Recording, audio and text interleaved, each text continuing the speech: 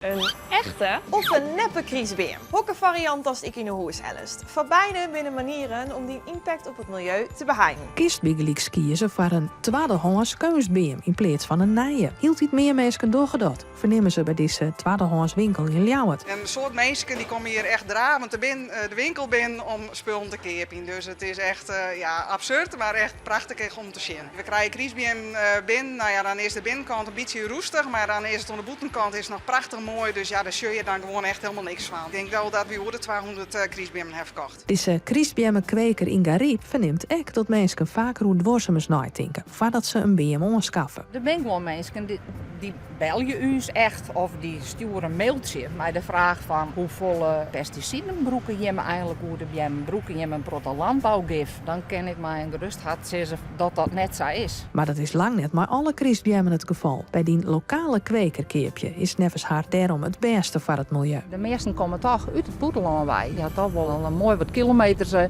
al achter de rug. En het is gewoon, ik zei, de kriesbeam in Boeteland, ja, die worden soms misschien ik wil eens een beetje oors behandelen als wat wij ze behandelen. En na de kriesdagen, dan kiest die beam Bigeliks, krijgt als orenjeren naar beste tuin Aquazoo brengen. In ruil voor een vrijkaartje. Ze passen natuurlijk heel mooi in een koud gebied, dus in ons Churchill-gebied waar de ijsberen en de wasberen wonen. En het is ongeveer de helft die het doet. Kijk, als zo'n boom toch langere tijd naast de open haard heeft gestaan en uiteindelijk ook maar heel weinig wortels nog heeft, ja, dan wordt het lastig. Maar ja, we zien dat ongeveer 50% van de bomen die wij in het park planten, dat die het redden. Maar ja, dat is eigenlijk natuurlijk nog steeds wel een heel mooi aantal, want anders gaan ze gewoon de kliko in en dat is natuurlijk doodzonde.